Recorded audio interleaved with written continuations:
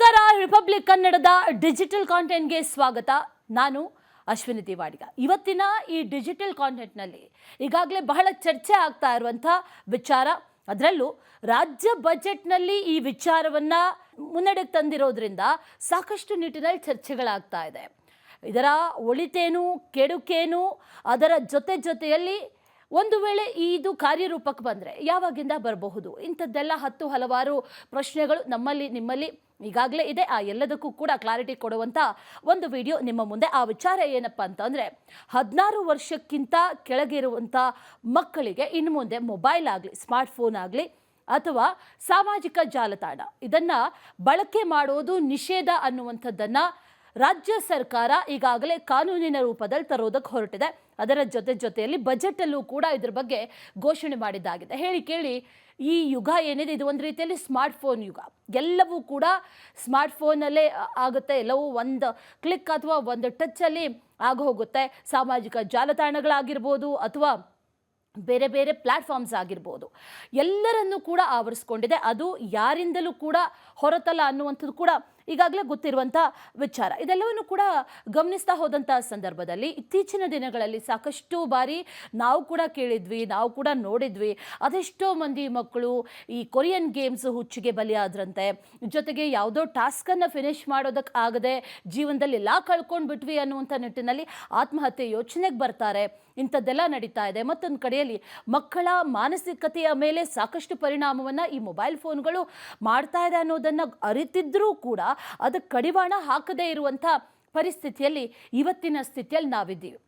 ಈ ಮೊಬೈಲ್ನ ಅತಿಯಾದಂಥ ಬಳಕೆ ಮಕ್ಕಳ ಮಾನಸಿಕ ಸ್ಥಿತಿಗತಿ ಆಗಿರ್ಬೋದು, ಜೊತೆಗೆ ಓವರಾಲ್ ಡೆವಲಪ್ಮೆಂಟ್ ಫಿಸಿಕಲಿ ಕೂಡ ಇತ್ತೀಚಿನ ಮಕ್ಕಳು ಮೊದಲಿನ ಕಾಲದಲ್ಲಿ ಯಾವ ರೀತಿ ಹೊರಗೆ ಹೋಗ್ತಾ ಇದ್ರು, ಆಟ ಆಡ್ತಾ ಇದ್ರು, ದೈಹಿಕವಾಗಿ ಒಂದಷ್ಟು ವ್ಯಾಯಾಮಗಳು ಸಿಗ್ತಾ ಇತ್ತು. ಇದೆಲ್ಲ ಇಲ್ಲದೇ ಇರುವಂಥ ಕಾರಣಕ್ಕಾಗಿ ಒಬೆಸಿಟಿ, ಅದರ ಜೊತೆಯಲ್ಲಿ ಸಣ್ಣ ವಯಸ್ಸಿನಲ್ಲೇ ಈ BP, ಶುಗರು, ಇಂಥ ಕಾಯಿಲೆಗಳಿಗೆ ತುತ್ತಾಗುವಂಥದ್ದು, ಆರೋಗ್ಯದ ಮೇಲೆ ಪರಿಣಾಮ ಆಗ್ತಾ ಇದ್ರೂ ಕೂಡ ಅದ್ರ ಬಗ್ಗೆ ತಲೆ ಕೆಡಿಸ್ಕೊಳ್ದೇ ಇರೋದು ಇವತ್ತಿನ ಜೆನ್ಜಿ ಜನರೇಷನ್ ಈ ದಿಕ್ಕಿನಲ್ಲಿ ಸಾಗ್ತಾ ಇದೆ. ಇದೆಲ್ಲವನ್ನು ಗಮನಿಸಿದೆ ಸರ್ಕಾರ. ಜೊತೆಯಲ್ಲಿ ಸರ್ಕಾರಕ್ಕೂ ಕೂಡ ಬೇರೆ ಬೇರೆ ಕಡೆಗಳಿಂದ ಇದ್ರ ಬಗ್ಗೆ ಒಂದಷ್ಟು ಪ್ರೆಷರ್ಸ್ ಕೂಡ ಆಯಿತು. ಹಾಗಾಗಿ CM ಸಿದ್ದರಾಮಯ್ಯನವರು ತಮ್ಮ ಬಜೆಟ್ನಲ್ಲಿ ಒಂದು ಘೋಷಣೆಯನ್ನು ಮಾಡೇ ಬಿಟ್ಟರು. 16 ವರ್ಷದ ಒಳಗಿನ ಮಕ್ಕಳಿಗೆ ಇನ್ನು ಮುಂದೆ ಸಾಮಾಜಿಕ ಜಾಲತಾಣವನ್ನು ನಿಷೇಧ ಮಾಡ್ತೀವಿ ಅನ್ನೋದ್ರ ಬಗ್ಗೆ ಘೋಷಣೆಯನ್ನು ಮಾಡಿದ್ದಾರೆ. ಸರ್ಕಾರ ಈ ರೀತಿ ಚಿಂತನೆಯನ್ನು ನಡೆಸಿದೆ ಅನ್ನೋದಾದರೆ ಅದರ ಹಿಂದೆ ಸಾಕಷ್ಟು ಕಾರಣಗಳಿದೆ. ಒಂದು, ಈಗಾಗಲೇ ಆನ್ಲೈನ್ನಲ್ಲಿ ನಡೀತಾ ಇರುವಂಥ ವಿಚಾರಗಳು, ಮಕ್ಕಳ ಸೆಕ್ಯೂರಿಟಿ ಅಥವಾ ಮಕ್ಕಳ ಸೇಫ್ಟಿ, ಆನ್ಲೈನ್ ಸೇಫ್ಟಿ, ಇದೆಲ್ಲವೂ ಕೂಡ ಪ್ರಮುಖವಾಗಿ ಮ್ಯಾಟರ್ ಆಗುತ್ತೆ. ಅದನ್ನು ಇನ್ಕ್ರೀಸ್ ಮಾಡಬೇಕು ಅಂತಂದರೆ ಈ ಕ್ರಮ ಆಗಲೇಬೇಕು ಅನ್ನುವಂಥದ್ದು ಸರ್ಕಾರದ ವಾದ. ಅದರ ಜೊತೆಯಲ್ಲಿ ಇತ್ತೀಚಿನ ದಿನಗಳಲ್ಲಿ ಸೈಬರ್ ಬುಲಿಂಗ್ ಮಾಡುವಂಥದ್ದು ಅಥವಾ ಯಾವುದೋ ಒಂದು ಫೋಟೋ ಹಾಕಿದ್ರೆ ಅದಕ್ಕೆ ತಪ್ಪಾಗಿ ಮಕ್ಕಳಿಗೆ ಕಮೆಂಟ್ ಮಾಡುವಂಥದ್ದು, ಅದು ಅವ್ರು ಬಹಳ ಸೀರಿಯಸ್ ಆಗಿ ತಗೊಳ್ಳೋದು, ಹೀಗಿದ್ದೀರಾ ಹಾಗಿದ್ದೀರಾ ಅನ್ನುವಂಥ ನಿಟ್ಟಿನಲ್ಲಿ ಅವ್ರಿಗೆ ಬುಲ್ಲಿಂಗ್ ಮಾಡೋದು, ಕೆಟ್ಟ ಪದಗಳ ಬಳಕೆ, ಅವಾಚ್ಯ ಶಬ್ದಗಳಿಂದ ನಿಂದನೆ ಮಾಡೋದಾಗಿರ್ಬೋದು, ಇದೆಲ್ಲವೂ ಕೂಡ ಈಗಾಗಲೇ ಸಾಮಾಜಿಕ ಜಾಲತಾಣದಲ್ಲಿ ನಡೀತಾ ಇದೆ. ಆದರೆ ಇದಕ್ಕೆಲ್ಲ ಮಕ್ಕಳು ಯಾಕೆ ಬಲಿಯಾಗಬೇಕು ಅನ್ನೋ ಪ್ರಶ್ನೆ ಸರ್ಕಾರದ ಮುಂದೆ ಇಂಥ ಚಿಂತನೆಗಳು ಬಂದಾಗ ಸರ್ಕಾರ ಬಹಳ ಗಂಭೀರವಾಗಿ ಇದನ್ನು ಪರಿಗಣಿಸಿದೆ. ಆನ್ಲೈನ್ನಲ್ಲಿ ವಂಚನೆ ಆಗುತ್ತೆ ಮಕ್ಕಳಿಗೆ. ಮೊನ್ನೆ ತಾನೇ ಗಮನಿಸಿದ್ವಿ, 500 ರೂಪಾಯಿ, 1000, 2000, 3000 ಕೊಟ್ಟರೆ ಪೇಪರ್ಸ್ ಕೊಡ್ತೀವಿ, ಎಕ್ಸಾಮ್ ಪೇಪರ್ಸ್ ಕೊಡ್ತೀವಿ ಅನ್ನುವಂಥದ್ದನ್ನು ಹೇಳ್ತಾರೆ. ಮಕ್ಕಳು ಇದನ್ನೆಲ್ಲ ಬೇಗ ನಂಬಿಡ್ತಾರೆ. ಇದನ್ನೆಲ್ಲ ಇವರಿಂದ ದೂರ ಇಡಬೇಕು ಅಂತಂದರೆ ಅಲ್ಲೊಂದು ಗ್ಯಾಪ್ ಅಥವಾ ಅಲ್ಲೊಂದು ಬ್ರಿಡ್ಜ್ ಆಗಲೇಬೇಕು. ಹಾಗಾಗಿ ಸರ್ಕಾರ ಇಂಥ ಯೋಚನೆಯನ್ನು ಮಾಡ್ತಾ ಇದೆ. ಜೊತೆಗೆ ಇತ್ತೀಚೆಗೆ ಬರುವಂಥ ಕಂಟೆಂಟ್ಗಳು ಯಾರಿಗೆ ಏನನ್ನು ತೋರಿಸುತ್ತೆ ಅನ್ನೋದನ್ನು ಕೂಡ ಹೇಳೋದಕ್ಕೆ ಆಗೋದಿಲ್ಲ. ಮಕ್ಕಳ ಮಾನಸಿಕತೆಯ ಮೇಲೆ, ಜೊತೆಗೆ ಅವರ ಓವರಾಲ್ ಡೆವಲಪ್ಮೆಂಟ್ ಮೇಲೂ ಕೂಡ ಈ ಕಂಟೆಂಟ್ಗಳು ಬಹಳ ಪರಿಣಾಮವನ್ನು ಬೀರುತ್ತೆ. ಅಶ್ಲೀಲವಾದಂಥ ಒಂದಷ್ಟು ಕಂಟೆಂಟ್ಗಳು ಈಗಾಗಲೇ ಈ ರೀಲ್ಸ್ ಆಗಿರ್ಬೋದು ಅಥವಾ ಇನ್ನಿತರ ಸಾಮಾಜಿಕ ಜಾಲತಾಣಗಳಲ್ಲಿ ಬಹಳನೇ ಬರ್ತಾ ಇರುತ್ತೆ. ಇದಕ್ಕೆ ಮಕ್ಕಳು ಆ್ಯಕ್ಚುಲಿ ತಮಗೆ ಗೊತ್ತಿಲ್ಲದಂತೆ ಎಡಿಕ್ಟ್ ಆಗ್ತಾ ಇದ್ದಾರೆ. ಮೊಬೈಲ್ ಫೋನ್ಗಳಿಗೆ ಎಡಿಕ್ಟ್ ಆಗ್ತಾ ಇದ್ದಾರೆ, ಸಾಮಾಜಿಕ ಜಾಲತಾಣಗಳಿಗೆ ಎಡಿಕ್ಟ್ ಆಗ್ತಾ ಇದ್ದಾರೆ. ಮೊಬೈಲ್ ಕೊಟ್ಟಿಲ್ಲ ಅನ್ನುವಂಥ ಕಾರಣಕ್ಕೆ ಆತ್ಮಹತ್ಯೆ ಮಾಡ್ಕೊಳ್ಳೋದಕ್ಕೆ ಮುಂದಾಗ್ತಾರೆ. ಅದಷ್ಟೇ ಅಲ್ಲ, ಮೊಬೈಲ್ ಕೊಟ್ಟರೂ ಕೂಡ ಇನ್ನೂ ಜಾಸ್ತಿ ಟೈಮ್ ಬೇಕು ಅನ್ನುವಂಥ ಕಾರಣಕ್ಕೂ ಕೂಡ ಒಂದು ರೀತಿಯಲ್ಲಿ ಈ ಹೆದರಿಸುವಂಥದ್ದು ಅಥವಾ ಮನೆ ಬಿಟ್ಟು ಹೋಗ್ತೀನಿ ಅನ್ನುವಂಥದ್ದು, ಇಲ್ಲಾಂತಂದರೆ ಆತ್ಮಹತ್ಯೆನೇ ಮಾಡ್ಕೊಳ್ತೀನಿ ಅನ್ನುವಂಥದ್ದನ್ನು ಹೇಳುವಂಥದ್ದು, ಇಂಥದ್ದೆಲ್ಲ ಬಹಳವಾಗಿ ನಡೀತಾ ಇದೆ. ಸರ್ಕಾರ ಕೂಡ ಇದನ್ನು ಗಮನಿಸಿದೆ. ಇದೆಲ್ಲ ಓವರಾಲ್ ಇಂಪ್ಯಾಕ್ಟ್ ಆಗೋದು ಯಾವುದ್ರ ಮೇಲೆ ಹೇಳಿ? ಮಕ್ಕಳು ಓದೋದಕ್ಕೆ ಸಮಯವನ್ನು ಕೊಡೋದಿಲ್ಲ, ಶ್ರಮ ಹಾಕೋದಿಲ್ಲ. ಎಲ್ಲವೂ ಕೂಡ ಮಕ್ಕಳ ಓದಿನ ಮೇಲೆ ಓವರಾಲ್ ಪ್ರಾಸೆಸ್ ಇಲ್ಲಿ ಪರಿಣಾಮ ಬೀರೋದೇ ಪ್ರಮುಖವಾಗಿ ಮಕ್ಕಳ ಓದಿನ ಮೇಲೆ. ಅದೇ ಅಷ್ಟೇ ಅಲ್ಲ, ಅವರ ಪರ್ಸ್ನಾಲಿಟಿ ಮೇಲೂ ಕೂಡ, ಪರ್ಸ್ನಾಲಿಟಿ ಡೆವಲಪ್ಮೆಂಟ್ ಎಲ್ಲ ಆಗುತ್ತೆ, ವ್ಯಕ್ತಿತ್ವದ ವಿಕಸನ ಎಲ್ಲ ಆಗುತ್ತೆ, ಅದ್ರ ಮೇಲೂ ಕೂಡ ನೆಗೆಟಿವ್ ಇಂಪ್ಯಾಕ್ಟ್ ಆಗ್ತಾ ಇದೆ. ಈಗಾಗಲೇ CM ಹೇಳಿರೋ ಪ್ರಕಾರ 16 ವರ್ಷದ ಒಳಗೆ ಇರುವಂಥ ಮಕ್ಕಳು ಇಂತಹ ಅಪಾಯಗಳಿಂದ ದೂರ ಇರಬೇಕು ಅನ್ನುವಂಥ ಕಾರಣಕ್ಕೆ ಈ ನಿಷೇಧ ಬಹಳ ಅನಿವಾರ್ಯ. ಅದರ ಜೊತೆಯಲ್ಲಿ ಈ ಸಂದರ್ಭದಲ್ಲಿ ಬಹಳ ಅನಿವಾರ್ಯ ಕೂಡ. ಈ ಹಿಂದೆ ಹಾಗಾದರೆ ಎಲ್ಲಾದರೂ ಮಾಡಿದ್ರ ಅಂತಂದರೆ ಇಡೀ ದೇಶದಲ್ಲಿ ನಿಮ್ಗೆ ಗೊತ್ತಿರಲಿ, ಭಾರತದಲ್ಲಿ ಹೈದರಾಬಾದಲ್ಲೂ ಕೂಡ ಒಂದಷ್ಟು ಯೋಚನೆಗಳಿದ್ವು, ಚಿಂತನೆಗಳು ನಡೆದವು, ಅದರ ಜೊತೆಯಲ್ಲಿ ಮಾತುಕತೆಗಳು ಕೂಡ ನಡೆದವು. ಆದರೆ ಇನ್ನೂ ಅಲ್ಲಿ ಇದನ್ನು ಜಾರಿ ಮಾಡಿಲ್ಲ. ಆದರೆ ಇಡೀ ದೇಶದಲ್ಲಿ, ಭಾರತದಲ್ಲಿ ಮೊಟ್ಟ ಮೊದಲ ಬಾರಿಗೆ 16 ವರ್ಷದ ಒಳಗಿನ ಮಕ್ಕಳ ಮೊಬೈಲ್ ಬಳಕೆ, ಸಾಮಾಜಿಕ ಜಾಲತಾಣ ಬಳಕೆಯ ಮೇಲೆ ಅಂಕುಶವನ್ನು ಯಾರಾದರೂ ಹಾಕಿದ್ದಾರೆ ಅನ್ನೋದಾದರೆ ಅದು ಕರ್ನಾಟಕ ಸರ್ಕಾರ. ಕರ್ನಾಟಕ ಸರ್ಕಾರ ಒಂದು ರೀತಿಯಲ್ಲಿ it is going to set a finest example in future days. Marks ಜಾಸ್ತಿ ಬರೋದಕ್ಕೆ ಸಾಧ್ಯ ಆಗತ್ತಾ? ಮಾರ್ಕ್ಸ್ ಬಿಟ್ಬಿಡಿ, ಆದರೆ ಮಾನಸಿಕವಾಗಿ ಅವರು ಸದೃಢರಾಗ್ತಾರಾ? ಇದೆಲ್ಲವನ್ನು ನೋಡಿಕೊಂಡು ಮುಂದಿನ ದಿನಗಳ ಖಂಡಿತವಾಗ್ಲೂ ಕೂಡ ಬೇರೆ ರಾಜ್ಯಗಳು ಇದನ್ನು ಅಕ್ಸೆಪ್ಟ್ ಮಾಡುವಂಥ ಎಲ್ಲ ಸಾಧ್ಯತೆಗಳಿದೆ. ಭಾರತದಲ್ಲಿ ಕರ್ನಾಟಕ ಮೊದಲು, ಆದರೆ ಇಡೀ ಪ್ರಪಂಚದಲ್ಲಿ ಕರ್ನಾಟಕ ಮೊದಲೇನಲ್ಲ. ಈ ಹಿಂದೆ ಆಸ್ಟ್ರೇಲಿಯಾ ದೇಶದಾದ್ಯಂತ ಈ ಕಾನೂನು ಜಾರಿಯಲ್ಲಿದೆ. ಆಸ್ಟ್ರೇಲಿಯಾ ಮಾತ್ರ ಅಲ್ಲ, ಸ್ಪೇನ್ ಆಗಿರ್ಬೋದು, UK ಆಗಿರ್ಬೋದು, ಫ್ರಾನ್ಸ್ ಆಗಿರ್ಬೋದು, ಇಲ್ಲಿ 16 ವರ್ಷದ ಕೆಳಗೆ ಇರುವಂಥ ಮಕ್ಕಳು ಯಾವುದೇ ಕಾರಣಕ್ಕೂ ಸೋಷಿಯಲ್ ಮೀಡಿಯಾ ಹೊಂದಿರುವಂಥದ್ದಾಗಲಿ, ಖಾತೆಗಳನ್ನು ಹೊಂದಿರುವಂಥದ್ದಾಗಲಿ, ಅಥವಾ ಅದರಲ್ಲಿ ದಿನ ಕಳೆಯೋದಂತಾಗಲಿ, ಸಮಯವನ್ನು ಕಳೆಯುವಂಥದ್ದಾಗಲಿ, ಅಥವಾ ಮೊಬೈಲ್ ಹೊಂದುವಂಥದ್ದಾಗಲಿ, ಇದು ಯಾವುದೂ ಕೂಡ ಇಲ್ಲ. ಇದೆಲ್ಲವೂ ಕೂಡ ನಿಷೇಧ. ಸೋಷಿಯಲ್ ಮೀಡಿಯಾ ಬಳಕೆ ಹೇಗೆ ಮಾಡಬೇಕು ಅನ್ನೋದು ಮಕ್ಕಳಿಗೆ ಗೊತ್ತಾಗೋದಿಲ್ಲ. ಅದನ್ನು ಕಟ್ಟುನಿಟ್ಟಾಗಿ ನಿರ್ಬಂಧ ವಿಧಿಸಬೇಕಾಗಿರೋದು ಹೆತ್ತವರು, ಪೋಷಕರು. ಆದರೆ ಅವರು ಕೂಡ ಫೇಲ್ಯೂರ್ ಆಗ್ತಾ ಇದ್ದಾರೆ. ಇತ್ತೀಚೆಗೆ ನಿಮ್ಗೆ ನೆನಪಿರ್ಬೋದು, ನಿಮಾನ್ಸ್ನಲ್ಲಿ ಒಂದು ಮೀಟಿಂಗ್ ನಡೆಯುತ್ತೆ. ಅಲ್ಲಿ ಐ ಥಿಂಕ್ 1000ಕ್ಕೂ ಹೆಚ್ಚು ಮಂದಿ ಪೋಷಕರು ತಮ್ಮ ಅಸಹಾಯಕತೆಯನ್ನು ವ್ಯಕ್ತಪಡಿಸ್ತಾರೆ. ಅಂದರೆ ಅವರಿಗೆ ಅದನ್ನು ಕಂಟ್ರೋಲ್ ಮಾಡೋದಕ್ಕೂ ಆಗ್ತಾ ಇಲ್ಲ, ಕಟುವಾಗಿ ಹೇಳೋದಕ್ಕೂ ಆಗ್ತಾ ಇಲ್ಲ. ಸೂಕ್ಷ್ಮವಾಗಿ ಹೇಳಬೇಕು ಅಂತಂದರೆ ಸೆನ್ಸಿಟಿವ್ ವಿಚಾರ, ಮಕ್ಕಳಲ್ಲಿ ಮನಸ್ಸಿಗೆ ಹಾಕ್ಕೊಂಡ್ಬಿಡ್ತಾರೋ ಅನ್ನುವಂಥ ನಿಟ್ಟಿನಲ್ಲಿ ಸಾಕಷ್ಟು ಯೋಚನೆಯನ್ನು ಕೂಡ ಮಾಡ್ತಾರೆ. ಇದೆಲ್ಲವನ್ನು ಕಂಟ್ರೋಲ್ ಮಾಡೋದು ಹೇಗೆ ಹಾಗಾದರೆ? ಶಾಲೆಗಳೆಲ್ಲ ಆಗ್ತಾ ಇಲ್ಲ, ಶಾಲೆಗಳು ಇದರ ಬಗ್ಗೆ ಹೇಳೋದಕ್ಕೆ ಆಗಲ್ಲ, ಅಥವಾ ಅವ್ರು 24 ಗಂಟೆ ಇವ್ರ ಬಗ್ಗೆ ನಿಗಾ ವಹಿಸೋದಕ್ಕೆ ಆಗಲ್ಲ. ಹೆತ್ತವರು ಅವರು ಕೂಡ ತೊಂದರೆಯನ್ನು ಅನುಭವಿಸ್ತಾ ಇದ್ದಾರೆ. ಹೇಗೆ ಕಂಟ್ರೋಲ್ ಮಾಡೋದು ಅನ್ನುವಂಥ ನಿಟ್ಟಿನಲ್ಲಿ ಯೋಚನೆ ಮಾಡ್ತಾ ಇದ್ದಾರೆ. ಆ ಸಂದರ್ಭದಲ್ಲಿ ನಿಮಾನ್ಸ್ನಲ್ಲಿ ಒಂದು ಮೀಟಿಂಗ್ ಆಗುತ್ತೆ. ಅಲ್ಲಿ ಸಾವಿರಾರು ಮಂದಿ ಇದನ್ನು ಕಂಟ್ರೋಲ್ ಮಾಡುವಂಥ ನಿಟ್ಟಿನಲ್ಲಿ ಹೇಗೆ ಮಾಡೋದು ಅನ್ನುವಂಥ ನಿಟ್ಟಿನಲ್ಲೂ ಕೂಡ ಯೋಚನೆಯನ್ನು ಮಾಡ್ತಾರೆ. ಜೊತೆಗೆ ಈಗಾಗಲೇ ಇದನ್ನು ಯಾರಾದರೂ ಉಲ್ಲಂಘನೆ ಮಾಡಿದ್ರೆ, ಯಾವುದೇ ಕಂಪನಿಗಳು ಉಲ್ಲಂಘನೆ ಮಾಡಿದ್ರೆ ಅವರಿಗೆ ದಂಡವನ್ನು ವಿಧಿಸುವಂಥ ನಿಟ್ಟಿನಲ್ಲೂ ಕೂಡ ಒಂದಷ್ಟು ಯೋಚನೆಗಳು ನಡೀತಾ ಇದೆ ಅನ್ನುವಂಥ ಮಾಹಿತಿಗಳು ಕೂಡ ಇದೆ. ಹಾಗಾದರೆ ಇದು ಅನುಷ್ಠಾನ ಆಗಬೇಕಲ್ವಾ? ಈಗಾಗಲೇ ಘೋಷಣೆ ಮಾಡಿದ್ದಾರೆ ಹೌದು, ಆದರೆ ಅನುಷ್ಠಾನ ಹೇಗೆ? ಅನುಷ್ಠಾನ ಇರೋದೇ ಬಹಳ ಕಷ್ಟ. ಹೇಗೆ ಅನುಷ್ಠಾನ ಮಾಡ್ತಾರೆ? ಮಕ್ಕಳ ಕೈಯಿಂದ ಮೊಬೈಲನ್ನು ಕಿತ್ಕೊಳ್ಳೋದು ಆಗಿರ್ಬೋದು, ಅಥವಾ ಯೂಸ್ ಮಾಡಲೇಬಾರ್ದು ಅನ್ನೋದನ್ನು ಮಕ್ಕಳಿಗೆ ಅದನ್ನು ತಿಳಿಪಡಿಸೋದು ಹೇಗೆ? ಶಾಲೆಗಳಲ್ಲಿ ನಡೆಯುತ್ತಾ? ಕೌನ್ಸೆಲಿಂಗ್ ಮಾಡಿಸ್ತಾರಾ? ಅಥವಾ ಪೋಷಕರು ಇದರ ಜವಾಬ್ದಾರಿಯನ್ನು ತಗೊಳ್ಬೇಕಾ? ಯಾರು ಮಾಡಿಸ್ಬೇಕು ಅನ್ನುವಂಥ ನಿಟ್ಟಿನಲ್ಲಿ ಸಾಕಷ್ಟು ಯೋಚನೆಗಳು, ಅದರ ಜೊತೆಯಲ್ಲಿ ಹಂತ ಹಂತವಾಗಿ ಇದನ್ನು ಮಾಡೋದ್ರ ಬಗ್ಗೆಯೂ ಕೂಡ ಈಗಾಗಲೇ ಒಂದಷ್ಟು ವಿಚಾರಗಳು ನಡೀತಾ ಇದೆ. ಮೊದಲು ಏಜ್ ಫ್ಯಾಕ್ಟರ್, ಏಜ್ ಕಾರಣಕ್ಕಾಗಿಯೇ ಈಗ ಇದು ನಿಷೇಧ ಆಗಿರೋದು. ವಯಸ್ಸನ್ನು ದೃಢೀಕರಣ ಮಾಡಬೇಕು. ಸಾಮಾಜಿಕ ಜಾಲತಾಣಗಳಲ್ಲಿ ಯಾರೇ ಖಾತೆ ತೆರೆಯುವಂಥ ಸಂದರ್ಭದಲ್ಲಿ ಅಧಿಕೃತವಾಗಿ ನೀವೇನು ಕೊಡಬೇಕಾಗಿರೋದಿಲ್ಲ. ಯಾವುದೋ ಒಂದು ಡೇಟನ್ನು ಈ ಮಕ್ಕಳ ಅಕೌಂಟ್ ಕ್ರಿಯೇಟ್ ಮಾಡುವಂಥ ಸಂದರ್ಭದಲ್ಲಿ ಯಾವುದೋ ಅಂದರೆ 16 ವರ್ಷದ ಕೆಳಗಿನವರಿಗೆ ಅಥವಾ ಅವರ ಅಕೌಂಟ್ ಕ್ರಿಯೇಟ್ ಮಾಡೋದಕ್ಕೆ ಆಗದೇ ಇರುವಂಥ ಸಂದರ್ಭದಲ್ಲಿ ಫೇಕ್ ನಂಬರ್ ಕೊಡ್ತಾರೆ. ಆದರೆ ಅಕೌಂಟಲ್ಲಿ ಇರುವಂಥ ಕಂಟೆಂಟ್ ಮಕ್ಕಳದಾಗಿರುತ್ತೆ. ಇಂಥದ್ದೆಲ್ಲ ಒಂದಷ್ಟು ಗೊಂದಲಗಳಂತೂ ಇದೆ. ಈ ಸಂದರ್ಭದಲ್ಲಿ ಬಹಳ ಕಟ್ಟುನಿಟ್ಟಿನ ರೀತಿಯಲ್ಲಿ ಈ ಅಕೌಂಟ್ ಓಪನಿಂಗ್ ಮಾಡುವಂಥ ಸಂದರ್ಭದಲ್ಲಿ ಅಧಿಕೃತವಾಗಿ ಗುರುತಿನ ಚೀಟಿಯನ್ನು ಕೊಡೋದಾಗಿರ್ಬೋದು, ಅಥವಾ ಆಧಾರ್ ಕಾರ್ಡನ್ನು ಸಬ್ಮಿಟ್ ಮಾಡೋದಾಗಿರ್ಬೋದು, ಈ ರೀತಿ ಮಾಡುವಂಥ ಕ್ರಮಕ್ಕೆ ಈಗ ಸರ್ಕಾರ ಮುಂದಾಗಿದೆ. ಆದರೆ ಟೆಕ್ನಿಕಲಿ ಇದಕ್ಕೆ ಬಹಳ ಸಪೋರ್ಟ್ ಬೇಕಾಗುತ್ತೆ. ಅದು ಮೆಟಾದಿಂದ ಆಗಿರ್ಬೋದು, ಅಥವಾ ಫೇಸ್ಬುಕ್, ಇನ್ಸ್ಟಾದಿಂದ ಆಗಿರ್ಬೋದು, ಈ ಕಡೆಯಿಂದನೂ ಕೂಡ ಸಪೋರ್ಟ್ ಬೇಕಾಗಿರುತ್ತೆ. ಆ ಕಡೆಯಿಂದ ಯಾವ ರೀತಿಯಾಗಿ ಸಪೋರ್ಟ್ ಬರುತ್ತೆ, ಅಥವಾ ಅವರು ಅದಕ್ಕೆ ರಿಸ್ಟ್ರಿಕ್ಷನ್ಸ್ ಹೇಗೆ ಹಾಕ್ತಾರೆ, ಕರ್ನಾಟಕದಲ್ಲಿ ಮಾತ್ರ ಆಗಬೇಕಾಗಿರೋದ್ರಿಂದ ಇದೆಲ್ಲವೂ ಕೂಡ ಮುಂದಿನ ದಿನಗಳಲ್ಲಿ ಗೊತ್ತಾಗುತ್ತೆ. ಯಾಕಂದರೆ ಅವ್ರ ಜೊತೆಗೂ ಕೂಡ ಮೀಟಿಂಗ್ ಮಾಡ್ತಾರೆ. ಈ ರೀತಿಯಾಗಿ ಅಂಕುಶ ಹಾಕಬೇಕು ಅನ್ನುವಂಥ ನಿಟ್ಟಿನಲ್ಲೂ ಕೂಡ ಚರ್ಚೆಗಳು ಖಂಡಿತವಾಗ್ಲೂ ಕೂಡ ಹಾಗೇ ಆಗುತ್ತೆ. ಆ ರೀತಿ ಮಾಡುವಂಥ ನಿಟ್ಟಿನಲ್ಲೂ ಕೂಡ ಈಗ ಚಿಂತನೆಗಳು ನಡೀತಾ ಇದೆ. ಆದರೆ ಇಲ್ಲಿ ಒಂದಷ್ಟು ಟೆಕ್ನಿಕಲಿ ಕಷ್ಟವಾಗಿರುವಂಥ ವಿಚಾರ, ಕೇವಲ ಹುಟ್ಟಿದ ದಿನಾಂಕವನ್ನು ಅಲ್ಲಿ ಹಾಕೋದಷ್ಟೇ ಅಲ್ಲ, ಅದರ ಬದಲಾಗಿ OTP ಮೂಲಕ ನಿಮ್ಮ ವಯಸ್ಸನ್ನು ಪರಿಶೀಲನೆಯನ್ನು ಕೂಡ ಮಾಡುವಂಥ ನಿಟ್ಟಿನಲ್ಲಿ ಒಂದಷ್ಟು ವ್ಯವಸ್ಥೆಯನ್ನು ಜಾರಿಗೆ ತರುವುದಕ್ಕೂ ಕೂಡ ಈಗ ಸರ್ಕಾರ ಮೊದಲ ಹಂತದ ನಿಟ್ಟಿನಲ್ಲಿ ಚಿಂತನೆಗಳನ್ನು ನಡೆಸಿದೆ ಅನ್ನುವಂಥ ಒಂದಷ್ಟು ಮಾಹಿತಿಗಳು ಸಿಕ್ಕಿದೆ. ಇದಕ್ಕೆ ಒಂದಷ್ಟು ಟೆಕ್ ಕಂಪನಿಗಳೊಂದಿಗೆ ಒಪ್ಪಂದ ಕೂಡ ಆಗಿದೆಯಂತೆ. ಅಂದರೆ ನಾನು ಆಗಲೇ ಹೇಳಿದ ಹಾಗೆ ಫೇಸ್ಬುಕ್ ಆಗಿರ್ಬೋದು, ಇನ್ಸ್ಟಾಗ್ರಾಮ್, ಎಕ್ಸ್, ಫೇಸ್ಬುಕ್ ಇನ್ಸ್ಟಾಗ್ರಾಮಲ್ಲೇ ಜಾಸ್ತಿ, ಎಕ್ಸ್ನಲ್ಲಿ ಮಕ್ಕಳು ಅಷ್ಟೊಂದಾಗಿ ಇದ್ದಾರೆ ಅಥವಾ ಟ್ವೀಟ್ ಮಾಡ್ತಾರೆ ಅನ್ನೋದನ್ನು ನಂಬೋದಕ್ಕೆ ಅಸಾಧ್ಯ. ಅದರಲ್ಲೂ 16 ವರ್ಷದ ಕೆಳಗಿನ ಮಕ್ಕಳು. ಇತ್ತೀಚೆಗೆ ಫೇಸ್ಬುಕ್, ಅದರಲ್ಲೂ ಯೂಟ್ಯೂಬ್ ಆಗಿರ್ಬೋದು, ಜೊತೆಗೆ ಇನ್ಸ್ಟಾಗ್ರಾಮ್ ಇಂಥದ್ದು ಸಾಮಾಜಿಕ ಜಾಲತಾಣಗಳಲ್ಲಿ ಅತಿ ಹೆಚ್ಚಿರೋದು. ಹಾಗಾಗಿ ಈ ಕಂಪನಿಗಳ ಜೊತೆಯಲ್ಲೂ ಕೂಡ ಶಿಕ್ಷಣ ಇಲಾಖೆ ಒಪ್ಪಂದವನ್ನು ಮಾಡಿಕೊಂಡು ಅಪ್ರಾಪ್ತರು ಖಾತೆ ತೆರಿಬಾರದು, ಆ ರೀತಿಯಲ್ಲಿ ಒಂದಷ್ಟು ತಾಂತ್ರಿಕವಾಗಿ ಒಂದು ಬ್ರಿಡ್ಜನ್ನು ನಿರ್ಮಾಣ ಮಾಡೋದಾಗಿ, ಅಂದರೆ someone who stops them from using the mobile ಅಥವಾ ಸಾಮಾಜಿಕ ಜಾಲತಾಣವನ್ನು ಯೂಸ್ ಮಾಡುವಂಥ ನಿಟ್ಟಿನಲ್ಲಿ ನಿರ್ಬಂಧವನ್ನು ವಿಧಿಸೋ ನಿಟ್ಟಿನಲ್ಲೂ ಕೂಡ ಒಂದಷ್ಟು ಮಾತುಕತೆಗಳು ನಡೀತಾ ಇದೆ.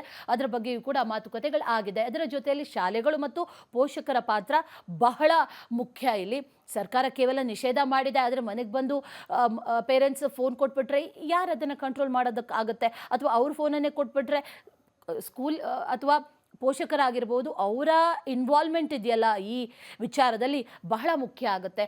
ಶಾಲೆಗಳಲ್ಲೂ ಕೂಡ ಈ ಡಿಜಿಟಲ್ ಸುರಕ್ಷತೆಯ ಬಗ್ಗೆ ಒಂದಷ್ಟು ಮಾಹಿತಿಯನ್ನು ಮಕ್ಕಳಿಗೆ ಕೊಡಬೇಕು, ಅರಿವನ್ನು ಮೂಡಿಸಬೇಕು. ಒಂದೇ ಸಮನೆ ಅವರಿಗೆ ಇದನ್ನೆಲ್ಲ ಹೇಳ್ತಾ ಇದ್ದರೆ ನಮ್ಮಲ್ಲಿ ಸಿಕ್ಕಾಪಟ್ಟೆ ರೆಸ್ಟ್ರಿಕ್ಷನ್ಸ್ ಹಾಕ್ತಾ ಇದ್ದಾರೆ ಅಂತ ಅಂದ್ಕೊಳ್ಬಿಡ್ತಾರೆ. ಅವ್ರಿಗೊಂದು ಅರಿವು ಮೂಡಿಸಬೇಕು.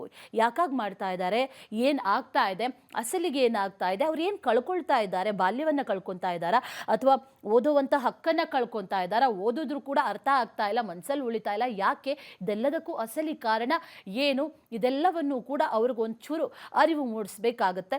ಅದನ್ನು ಕೂಡ ಶಾಲೆ ಜೊತೆಗೆ ಪೋಷಕರು ಕೂಡ ಇದನ್ನು ಮಾಡಬೇಕು. ಸಾಕಷ್ಟು ಸವಾಲಂತೂ ಇದರಲ್ಲಿ ಇದೆ.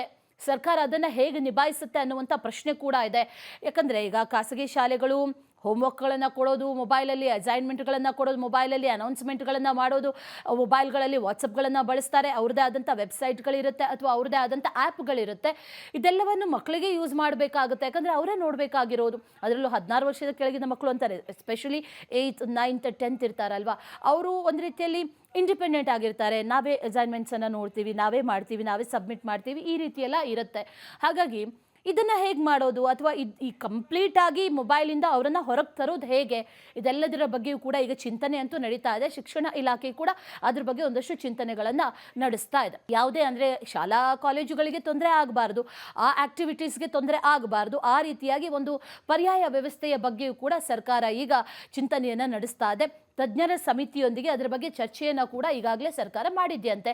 ಮುಂದಿನ ಹಂತದಲ್ಲಿ ಅದು ಕೂಡ ಬರುವಂಥ ಸಾಧ್ಯತೆ ಇದೆ. ಕಂಪ್ಲೀಟಾಗಿ book oriented, nothing to do with the phone ಅನ್ನೋ ರೀತಿಯಲ್ಲಿ ಯಾವುದಾದ್ರೂ ಕಾನೂನುಗಳನ್ನು ಅಥವಾ ಆ್ಯಪ್ ಮತ್ತು ಸಬ್ಮಿಷನ್ ಎಲ್ಲವೂ ಕೂಡ ಆ್ಯಪ್ನಲ್ಲಿ ಹೊರತಾಗಿ ಅಥವಾ ವೆಬ್ಸೈಟಲ್ಲಿ ಹೊರತಾಗಿ ಅಥವಾ ವಾಟ್ಸಪ್ಪಲ್ಲಿ ಕಳಿಸ್ದೆ ಅದನ್ನು ಫಿಸಿಕಲಿ ನೋಡುವಂಥ ನಿಟ್ಟಿನಲ್ಲೂ ಕೂಡ ಒಂದಷ್ಟು ಚಿಂತನೆಗಳು ನಡೀತಾ ಇದೆ. ಈ ಹಿನ್ನೆಲೆಯಲ್ಲಿ ಕೇಂದ್ರ IT ಸಚಿವರ ಜೊತೆಯಲ್ಲೂ ಕೂಡ ಮಾತಾಡಿದೆ ಸರ್ಕಾರ. ಅವರು ಕೂಡ ಪಾಸಿಟಿವ್ ರೆಸ್ಪಾನ್ಸ್ ಕೊಟ್ಟಿದ್ದಾರೆ ಅನ್ನುವಂಥ ಮಾಹಿತಿ. ಹಾಗಾಗಿ ರಾಷ್ಟ್ರೀಯ ಮಟ್ಟದಲ್ಲೂ ಇಂತಹ ನಿಯಮ ರೂಪಿಸುವ ಬಗ್ಗೆ ಈಗಾಗಲೇ ಸಾಮಾಜಿಕ ಜಾಲತಾಣದ ಕಂಪನಿಗಳೊಂದಿಗೆ ಮಾತುಕತೆ ನಡೀತಾ ಇದೆ ಅನ್ನುವಂಥ ಮಾಹಿತಿ ಕೂಡ ಸದ್ಯಕ್ಕೆ ಸಿಗ್ತಾ ಇದೆ. ರಾಜ್ಯ ಮತ್ತು ಕೇಂದ್ರ ಎರಡೂ ಕಡೆಯಿಂದಲೂ ಕೂಡ ಇದು ಜಂಟಿ ಪ್ರಯತ್ನ ಆಗುವಂಥ ಎಲ್ಲ ಸಾಧ್ಯತೆಗಳು ಕೂಡ ಕಾಣಿಸ್ತಾ ಇದೆ. ಯಾಕಂದರೆ ಕೇಂದ್ರದ ಸಪೋರ್ಟ್ ಆಬ್ವಿಯಸ್ಲಿ ಬೇಕೇ ಬೇಕು. ಇದರಲ್ಲಿ ಸಾಧಕ ಬಾಧಕಗಳು ಬಹಳಷ್ಟಿದೆ. ಯಾವುದೇ ಒಂದು ಕಾನೂನನ್ನು ತರ್ತೀವಿ ಅಂತ ಅಂದರೂ ಕೂಡ ಅದರಲ್ಲಿ ಪ್ರೋಸ್ ಆ್ಯಂಡ್ ಕಾನ್ಸ್ ಖಂಡಿತವಾಗ್ಲೂ ಕೂಡ ಇರುತ್ತೆ, ಅನುಕೂಲಗಳಿರುತ್ತೆ, ಅನಾನುಕೂಲಗಳು ಖಂಡಿತವಾಗ್ಲೂ ಇರುತ್ತೆ. ಇದರಲ್ಲೂ ಕೂಡ ಅಂಥದ್ದೇ ಒಂದಷ್ಟು ಇದೆ. ಪರವಿರೋಧದ ಚರ್ಚೆ ಇದ್ದಿದೆ, ಪ್ರತಿಯೊಂದರಲ್ಲೂ ಇದ್ದೇ ಇರುತ್ತೆ. ಈ ಸೈಬರ್ ಅಪರಾಧಗಳಿಂದ ರಕ್ಷಣೆ ಸಿಗೋದು ಬಹಳ ಮುಖ್ಯ ಇಲ್ಲಿ. ಅದು ಒಂದಾದರೆ ಮತ್ತೊಂದು ಕಡೆಯಲ್ಲಿ ಮಾನಸಿಕ ಆರೋಗ್ಯ ಸುಧಾರಣೆ ಆಗುತ್ತೆ, ಓದಿನ ಕಡೆಗೆ ಹೆಚ್ಚಿನ ಗಮನ ಹೋಗುತ್ತೆ, ಸಮಯ ಸಿಗುತ್ತೆ, ಹೆಚ್ಚಿನ ಟೈಮ್ ಓದ್ತಾರೆ. ಇದೆಲ್ಲವೂ ಕೂಡ ಒಳ್ಳೆಯ ನಿಟ್ಟಿನಲ್ಲಿ ನಡೀತಾ ಒಳ್ಳೆಯ ಹೆಜ್ಜೆ ಅದು. ಆದರೆ ಇಲ್ಲಿರುವಂಥ ಸವಾಲು ಏನಿದೆ ಅಥವಾ ಕಾನ್ಸ್ ಏನಿದೆ ಅದನ್ನು ಗಮನಿಸಿದ್ರೆ ಇದನ್ನು ಟೆಕ್ನಿಕಲಿ ಜಾರಿ ಮಾಡೋದು ಬಹಳ ಕಷ್ಟ. ಸಾಧ್ಯನೇ ಇಲ್ಲ ಅಂತ ಹೇಳ್ತಾ ಇಲ್ಲ, ಆದರೆ ಕಷ್ಟ. ಯಾಕಂದರೆ ಮಕ್ಕಳು ಎಲ್ಲವನ್ನು ಬ್ಯಾನ್ ಮಾಡಿದ್ರು ಕೂಡ ಈ ಲ್ಯಾಪ್ಟಾಪ್ಗಳಿಂದ VPN ಈ ಮಾರ್ಗಗಳ ಮೂಲಕ ರಹಸ್ಯವಾಗಿ ಬಳಸುವಂಥ ಸಾಧ್ಯತೆ ಇದೆ. ಟೆಕ್ನಾಲಜಿ ಬಹಳ ಮುಂದುವರೆದಿದೆ. ಯಾವುದಕ್ಕೆ ರೆಸ್ಟ್ರಿಕ್ಷನ್ಸ್ ಹಾಕಿದ್ರು ಮಕ್ಕಳ ಮನಸ್ಸಿಗೆ ರೆಸ್ಟ್ರಿಕ್ಷನ್ಸ್ ಹಾಕೋದು ಹೇಗೆ, ಅಥವಾ ಇಂಥ ದಾರಿಗಳು, ಕಳ್ಳದಾರಿಗಳು ಭಾಳಷ್ಟಿದೆ. ಹಾಗಾಗಿ ಅದರ ಮೇಲೆ ಯಾವ ರೀತಿ ಕಂಟ್ರೋಲ್ ಹಾಕ್ತಾರೆ ಅನ್ನುವಂಥ ನಿಟ್ಟಿನಲ್ಲೂ ಕೂಡ ಯೋಚನೆ ಮಾಡಬೇಕಾಗಿದೆ. ಇಂಥ ಸಾಧ್ಯತೆಗಳು ಕೂಡ ಇದೆ. ಮಾಡುವಂಥ ಸಾಧ್ಯತೆ ಪಾಸಿಬಿಲಿಟೀಸ್ 100% ಇದೆ. ಜೊತೆಗೆ ಶೈಕ್ಷಣಿಕ ಉದ್ದೇಶಕ್ಕೆ ಬಳಸೋರಿರ್ತಾರೆ. ಅಂದರೆ ಭಾಳ ಪಾಸಿಟಿವ್ ಆಗಿ ಬಳಸ್ತಾ ಇರ್ತಾರೆ ಅವರು. ನೆಗೆಟಿವ್ ಅಂತೂ ಖಂಡಿತವಾಗ್ಲೂ ಬಳಸ್ತಾ ಇರೋದಿಲ್ಲ. ಶಾಲೆಗೆ ಓದೋದಕ್ಕಾಗಿರ್ಬೋದು, ಅಥವಾ ಕೆಲವೊಬ್ಬರು ಟೆಕ್ಸ್ಟ್ ಬುಕ್ಕನ್ನೇ ವಾಟ್ಸಪ್ಪಲ್ಲಿ ಡೌನ್ಲೋಡ್ ಮಾಡಿಕೊಂಡು ಅಲ್ಲೇ ಓದುವಂಥದ್ದಾಗಿರ್ಬೋದು, ಅಥವಾ ಈ ಒಂದಷ್ಟು ಪ್ರಶ್ನೆಗಳಿಗೆ ChatGPT ಮೂಲಕವೋ ಅಥವಾ AI ಮೂಲಕವೋ ಒಂದಷ್ಟು ಕ್ರಿಯೇಟಿವ್ ಆಗಿ ಥಿಂಕಿಂಗ್ ಮಾಡೋದಾಗಿರ್ಬೋದು. ಪಾಸಿಟಿವ್ಲಿ ಯೂಸ್ ಮಾಡುವಂಥವ್ರು ಭಾಳಷ್ಟು ಜನ ಇದ್ದಾರೆ. ಅವ್ರಿಗೂ ತೊಂದರೆ ಆಗುವಂಥ ಸಾಧ್ಯತೆಗಳಿದೆ. ಒಟ್ಟಾರೆಯಾಗಿ ಹೇಳೋದಾದರೆ ಈ ನಿರ್ಧಾರ ಮಕ್ಕಳ ಭವಿಷ್ಯದ ದೃಷ್ಟಿಯಿಂದ, ಭವಿಷ್ಯದ ವಿಕಸನದ ದೃಷ್ಟಿಯಿಂದ ಭಾಳ ಒಂದು ರೀತಿಯಲ್ಲಿ ಕ್ರಾಂತಿಕಾರಕ ನಿರ್ಧಾರ ಅಂತ ಹೇಳ್ಬೋದು. ಆದರೆ ಪೋಷಕರು, ಶಿಕ್ಷಕರು, ತಂತ್ರಜ್ಞರು, ಕೇಂದ್ರ ಸರ್ಕಾರ, ಅದರ ಜೊತೆಯಲ್ಲಿ ಎಲ್ಲರೂ ಓವರಾಲ್ ಆಗಿ ಇಡೀ ಸೊಸೈಟಿ ಒಂದು ಮಗುವಿನ ವಿಕಸನಕ್ಕೆ, ಒಂದು ಮಗುವಿನ ಅಭಿವೃದ್ಧಿಗಾಗಿ ಶ್ರಮಿಸಿದ್ರೆ, ಕೈ ಜೋಡಿಸಿದ್ರೆ ಮಾತ್ರ ಈ ವಿಚಾರ ಏನಿದೆ ಇದು ಯಶಸ್ವಿ ಆಗೋದಕ್ಕೆ ಸಾಧ್ಯ. ಡಿಜಿಟಲಿ ಒಂದು ಶಿಸ್ತನ್ನು ತರೋದಕ್ಕೆ ಸಾಧ್ಯ. ಅನ್ಲೆಸ್ ಆ್ಯಂಡ್ ಅಂಟಿಲ್ ಇದೆಲ್ಲವೂ ಆಗಿಲ್ಲ ಅಂತಂದರೆ ಖಂಡಿತವಾಗ್ಲೂ ಸರ್ಕಾರದ ಪ್ರಯತ್ನ ವೇಸ್ಟ್ ಆದಂತಾಗುತ್ತೆ. ಈಗಾಗಲೇ ರಾಜ್ಯ ಮಕ್ಕಳ ಹಕ್ಕುಗಳ ರಕ್ಷಣಾ ಆಯೋಗ ಸೇರಿದಂತೆ ವಿವಿಧ ಸಂಘಟನೆಗಳು ಕೂಡ ಕೆಲ ಪೋಷಕರ ಜೊತೆಯಲ್ಲಿ ಈಗಾಗಲೇ ಮಾತುಕತೆಯನ್ನು ಮಾಡಿದೆ. ಪೋಷಕರು ಕೂಡ ಒಂದು ಲೆಟರನ್ನು ಬರೆದಿದ್ರು. ಜೊತೆಗೆ ವಿವಿಗಳ ಜೊತೆಯಲ್ಲೂ ಕೂಡ ಇದ್ರ ಬಗ್ಗೆ ಸಮಾವೇಶಗಳು ಕೂಡ ನಡೆದಿದೆ, ಚರ್ಚೆಗಳು ನಡೆದಿದೆ. ಮೊಬೈಲ್ ಬಳಕೆ ನಿರ್ಬಂಧ ವಿಧಿಸಬೇಕು ಅಂತ ವಿವಿ ಕುಲಪತಿನೇ ಸಲಹೆಯನ್ನು ಕೊಟ್ಟಿದ್ರು. ಪೋಷಕರು, ಸಂಘಟನೆಗಳು ಎಲ್ಲರೂ ನೀಡಿರುವಂಥ ಈ ಮನವಿಗೆ ಸರ್ಕಾರ ಅತಿ ಶೀಘ್ರದಲ್ಲಿ ಸ್ಪಂದನೆ ಕೊಟ್ಟಿರೋದಿದೆಯಲ್ಲ, ಅದರಲ್ಲೂ ಬಜೆಟಲ್ಲೇ ಘೋಷಣೆ ಮಾಡಿರೋದಿದೆಯಲ್ಲ, ತ್ವರಿತ ಸ್ಪಂದನೆಯನ್ನು ತೋರಿರೋದು ಬಹಳಷ್ಟು ಜನಕ್ಕೆ ಖುಷಿಯನ್ನು ಕೊಟ್ಟಿದೆ. ವಿದ್ಯಾರ್ಥಿಗಳ ಆರೋಗ್ಯ, ಭವಿಷ್ಯ, ಓವರ್ ಡೆವಲಪ್ಮೆಂಟ್, ವ್ಯಕ್ತಿತ್ವ ಇದೆಲ್ಲವೂ ರೂಪಿಸೋದಕ್ಕೆ ಕೆಲವೊಮ್ಮೆ ಈ ಪೋಷಕರು, ಸರ್ಕಾರ ಕಠಿಣ ಕ್ರಮಗಳನ್ನು ಜಾರಿಗೊಳಿಸೋದು ಬಹಳ ಅನಿವಾರ್ಯ. ಯಾಕಂದರೆ ಇತ್ತೀಚಿನ ದಿನಗಳಲ್ಲಿ ನಡೀತಾ ಇರುವಂಥ ಡೆವಲಪ್ಮೆಂಟ್ಸನ್ನು ನೋಡಿದ್ರೆ ಮುಂದಿನ ಜನಾಂಗ ಅಥವಾ ಈ ಜನ್ಸಿ ಜನ್ರೇಷನ್ ಏನಾಗುತ್ತೆ ಅನ್ನೋ ಪ್ರಶ್ನೆ ಬಹಳ ಕಾಡುತ್ತೆ. ವಿದ್ಯಾರ್ಥಿಗಳಲ್ಲಿ ಸ್ಟ್ರೆಸ್ ಆಗ್ತಾ ಇದೆ, ಒತ್ತಡ ಆಗ್ತಾ ಇದೆ. ಇದೆಲ್ಲವನ್ನು ನಿವಾರಿಸಬೇಕು ಅಂತಂದರೆ ರಾಜ್ಯದಲ್ಲಿ ಜೊತೆಯಲ್ಲಿ ಶಾಲೆಗಳಲ್ಲೂ ಕೂಡ ಈ ಕೌನ್ಸಿಲಿಂಗ್ ಸೆಂಟರ್ಸ್ ಏನಿರುತ್ತೆ ಅದು ಬರೀ ಹೆಸರಿಗಷ್ಟೇ ಇರುತ್ತೆ, ಕೌನ್ಸಿಲಿಂಗ್ ನಡೀತಾ ಇರೋದ್ರಿಲ್ಲ. ಅದರಲ್ಲಿ ಡಿ ಅಡಿಕ್ಷನ್ ಮೊಬೈಲಿಂದ ಅವರನ್ನು ಹೊರತರುವಂಥ ನಿಟ್ಟಿನಲ್ಲಿ, ಸರಿಯಾದ ದಾರಿಗೆ ತಗೊಂಡು ಹೋಗುವಂಥ ನಿಟ್ಟಿನಲ್ಲೂ ಕೂಡ ಈ ಕೌನ್ಸಿಲಿಂಗ್ ಕೆಲಸ ಮಾಡಬೇಕು. ಆಪ್ತ ಸಮಾಲೋಚನೆಗಳನ್ನು ನಡೆಸಬೇಕು. ಆರೋಗ್ಯ ಸಲಹೆಗಾರರನ್ನು, ಅಂದರೆ ಮಾನಸಿಕ ಆರೋಗ್ಯ ಸಲಹೆಗಾರರನ್ನು ಕೂಡ ಸರ್ಕಾರ ನೇಮಿಸಬೇಕಾಗತ್ತೆ. ಈಗಾಗಲೇ ಅನೇಕ ಕಡೆಗಳಲ್ಲಿ ಡಿ ಅಡಿಕ್ಷನ್ ಸೆಂಟರ್ಗಳೇನಿದೆ ಅದು ಕೇವಲ ಮದ್ಯವ್ಯಸನಿಗಳು ಅಥವಾ ಇತರ ವ್ಯಸನಿಗಳಿಗಾಗಿ ತೆರೆಯಲಾಗ್ತಾ ಇದೆ. ಆದರೆ ಇತ್ತೀಚಿನ ದಿನಗಳಲ್ಲಿ ಹೇಗಾಗಿದೆ ಅಂತಂದರೆ ಮೊಬೈಲ್ ಡಿ ಅಡಿಕ್ಷನ್ ಅನ್ನುವಂಥ ಸೆಂಟರ್ಗಳನ್ನು ಕೂಡ ಅನೇಕ ಕಡೆಗಳಲ್ಲಿ ತೆರೆದಿದ್ದಾರೆ.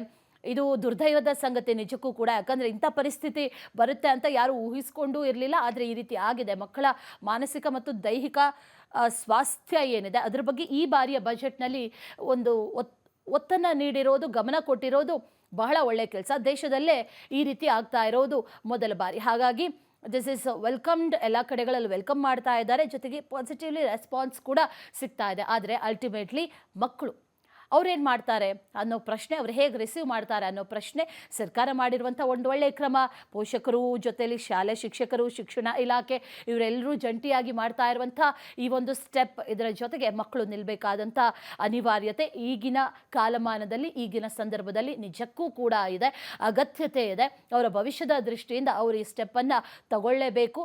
ಆ್ಯಂಡ್ ಈ ಡಿಜಿಟಲ್ ಕ್ಲೆನ್ಲಿನೆಸ್ ಅಂತಾರಲ್ಲ, ಅದನ್ನು ಪಾಲಿಸಬೇಕಾದಂಥ ಎಲ್ಲ ಅನಿವಾರ್ಯತೆ ಈಗ ಉದ್ಭವ ಆಗಿದೆ. ಇದಾಗಿತ್ತು ಇವತ್ತಿನ ರಿಪಬ್ಲಿಕ್ ಕನ್ನಡದ ಡಿಜಿಟಲ್ ಕಾಂಟೆಂಟ್. ನೋಡ್ತಾ ಇರಿ ರಿಪಬ್ಲಿಕ್ ಕನ್ನಡ, ಇದು ನಿಮ್ಮ ಧ್ವನಿ.